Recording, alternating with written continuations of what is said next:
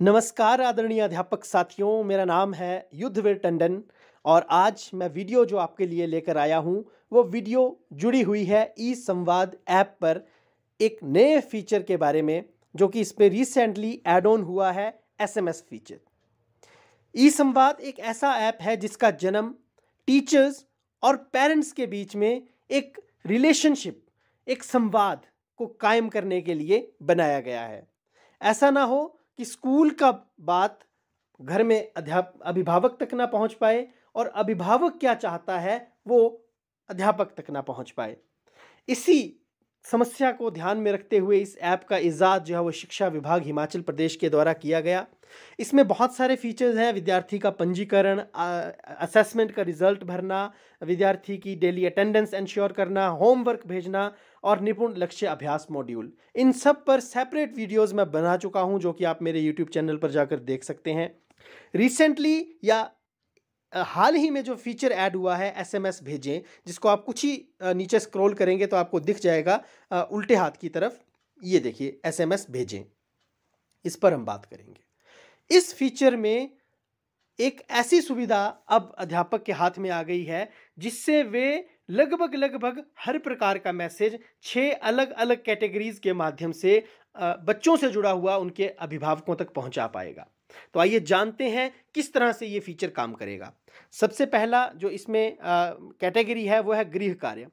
अब अक्सर जो अभिभावक हैं उनको ये बात पहुंचानी हो कि आपका बच्चा गृह कार्य नहीं कर रहा है या अच्छे से नहीं कर रहा है या क्या कमी है, उसके लिए जो है वो हमें कई बार जो है वो इसमें समस्या का जो है वो सामना करना पड़ता है। लेकिन अब जैसे ही आप इस पर क्लिक करेंगे ऊपर आपके स्कूल का यूडाइस कोड आएगा, उसके बाद आप अपनी क्लास चूज करेंगे। फॉर एन एग्जांपल मैंने क्लास 1 चूज कर ली। सेक्शंस यदि हैं तो उसे आप चूज कर सकते हैं और कौन सा विषय ऐसा है जिस विषय का बच्चे ने होमवर्क नहीं किया है।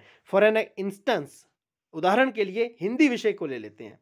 अब हिंदी विषय में बच्चे ने काम नहीं किया है, कौन से बच्चे ने काम नहीं किया है, आपको टाइप नहीं करना है मैनुअली, आपको सिर्फ चेक करना है इस बॉक्स को, जो चेक बॉक्स दिया गया है बच्चे के नाम के सामने। उदाहरण के लिए आकृति एक छात्रा का नाम है, आकृति ने यदि कार्य नहीं किया होगा तो मैं इस तरह से उसके नाम पर क्लिक करके आगे बढ़े पर टिक कर दूंगा। अब एक टेम्पलेट, प्री डिफाइंड टेम्पलेट आ गया। नमस्कार, आकृति ने इस सप्ताह इस विषय का होमवर्क नहीं किया, कृपया उसकी नोटबुक चेक करें। और जैसे ही आप आगे बढ़ेंगे एसएमएस भेजने का ऑप्शन आपके पास आ जाएगा। इस पर क्लिक करते ही जो एसएमएस है वो पेरेंट्स के पास इमीडिएटली पहुंच जाएगा। आइए बाहर आते हैं और दूसरी कैटेगरी में चलते हैं, मीटिंग्स की। मीटिंग्स एक महत्वपूर्ण हिस्सा है एक विद्यालय का। तो अब मान लीजिए आपने क्योंकि मीटिंग्स जो है वो क्लास स्पेसिफिक नहीं रहेंगी, वैसे आप कर सकते हैं यदि आपको लगता है कि फर्स्ट क्लास के जो पेरेंट्स हैं उनके साथ ही आपको मीटिंग करनी है तो आप फर्स्ट क्लास को चूज़ कर लें। यदि कोई मीटिंग है वो इन जनरल है तो 5 कक्षाओं को चूज़ करें। 12वीं तक की यदि आपका विद्यालय है तो 12 की 12 कक्षाएं आप चूज़ करें।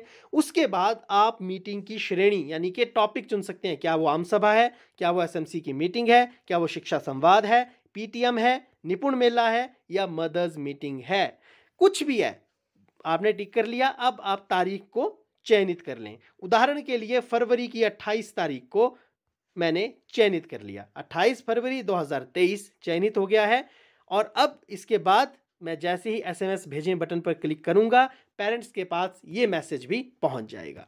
आइए वापस आते हैं, छुट्टियों वाले कैटेगरी को देख लेते हैं। ऊपर यूडाइस कोड पहले से आ जाएगा ऑटोमेटिकली। अब छुट्टियां कौन सी कक्षा को हैं, यदि पहली, दूसरी, तीसरी, चौथी, 5वीं को है तो आप ये सिलेक्ट करें, जो भी आपकी कक्षा है। छुट्टियों की शुरुआत कब से हो रही है, मान लीजिए 15 तारीख से शुरुआत हो रही है और कब तक है, छुट्टी की समाप्ति कब हो रही है, 28 को हो रही है, तो 28 तक को आप इसको सेलेक्ट कर लें। और स्कूल खुलने की तारीख जो है ऑब्वियसली 28 तक छुट्टियां हैं तो 1 मार्च को स्कूल जो है वो खुलेंगे। अब इसके बाद आगे बढ़े पर आप जाएं और आप देखेंगे एक टेम्पलेट आ गया है। नमस्कार, कृपया ध्यान दें कि 15 फरवरी से 28 फरवरी तक स्कूल की छुट्टियां हैं। स्कूल 1 मार्च से खुलेंगे। आपसे अनुरोध है कि यहाँ छात्र का नाम आ जाएगा। मान लीजिए छात्र का नाम सुरेश है तो सुरेश को रोज स्कूल भेजें। धन्यवाद। आगे बढ़ें पे क्लिक करेंगे, उसके बाद एसएमएस भेजें पे क्लिक करेंगे और एसएमएस जो है वो within no time parents तक पहुंच जाएगा। आकलन की तिथि, अब मान लीजिए पहली, दूसरी, तीसरी, चौथी, 5वीं अगेन इन कक्षाओं का जो है एग्ज़ाम यहाँ पर हो रहा है। तो अब एग्ज़ाम्स हमारे पास किस टाइप के होते हैं? FA1 होगा, FA2 होगा, SA1 होगा, FA3, FA4, SA2। तो इसमें अब पेरेंट्स की भी कन्फ्यूज़न दूर, टीचर्स का भी काम आसान।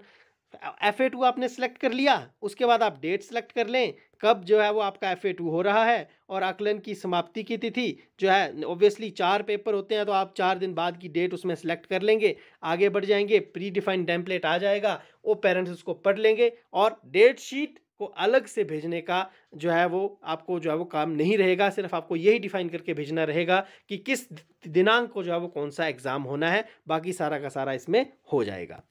अब आगे बढ़ते हैं आकलन परिणाम पर, यानी कि रिजल्ट कब सुनाया जाएगा। आकलन कर लिया, अब रिजल्ट सुनाना है, वो भी जो भी जिस भी कक्षा का रिजल्ट है। अब जिसका भी रिजल्ट है, FA1 का रिजल्ट है, ऑब्वियसली हर एग्ज़ाम के बाद हम एक PTM या SMC की मीटिंग करते ही हैं, वो हम इसमें तारीख चयनित कर लेंगे, जिस भी तारीख को रिजल्ट सुनाना है, उसके बाद आगे बढ़ें के बटन पर हम क्लिक कर लेंगे, और ये मैसेज जो है वो ऑटोमेटिकली फिर से पेरेंट्स के पास चला जाएगा। अंतिम जो इसमें कैटेगरी है वो है आवश्यक सूचना। अब हो सकता है कि इसके अलावा भी कोई आवश्यक सूचना हो, जैसे उदाहरण के लिए मान लीजिए आपका किसी कार्यशाला में आप जा रहे हैं, ठीक है, तो कार्यक्रम का नाम आप लिख दीजिए कि निपुण भारत कार्यशाला में आप जा रहे हैं, ठीक है जी, मान लीजिए मैंने यहाँ पर लिख दिया। उसके बाद मैं कब जा रहा हूँ ये, और उसको जो है वो आगे बढ़े को टिक करके SMS जो है वो आप भेज सकते हैं। तो कहने का अभिप्राय ये है कि आपको मैनुअली कुछ में इसमें टाइप नहीं करना है, इसमें आपने बेसिकली जो प्री डिफाइंड टेम्पलेट हैं उन्हीं का यूज़ करते हुए बड़े सरल तरीके से जिस जिस जिस तरह से हम फेसबुक का यूज़ करते हैं या अन्य किसी भी सोशल मीडिया प्लेटफॉर्म या किसी भी ऐप का यूज़ करते हैं, उससे भी सरलता से आप इसको जो है वो यूज़ कर सकते हैं। ये एक नया फीचर इसमें आया है। और एक और बात जो मैंने शुरू में आपसे कही थी, जब हम विद्यार्थी की उपस्थिति को सुनिश्चित करते हैं तो जो बच्चे एब्सेंट होते हैं उन पेरेंट्स के फ़ोन नंबर पर या मोबाइल पर जो मैसेज है उनकी एब्सेंटी का, वो ऑटोमेटिकली चला जाता है। ये भी एक इम्पॉर्टेंट फीचर है। गृह कार्य भी आप इसमें भेज सकते हैं। बहुत सारे फीचर्स हैं इसके रिगार्डिंग। यदि आपकी कोई क्वेरी है तो आप कमेंट बॉक्स में, आपका स्वागत है, और इससे जुड़ी हुई सेपरेट वीडियोस मैंने बनाई हुई हैं, उनको भी आप देख सकते हैं। उम्मीद करते हैं कि ये जो नया feature department of education Himachal Pradesh द्वारा लाया गया है, ये हमें अच्छा लगेगा, और एज ए टीचर हम इसका जो है वो 100% उपयोग करेंगे। धन्यवाद। जय हिंद।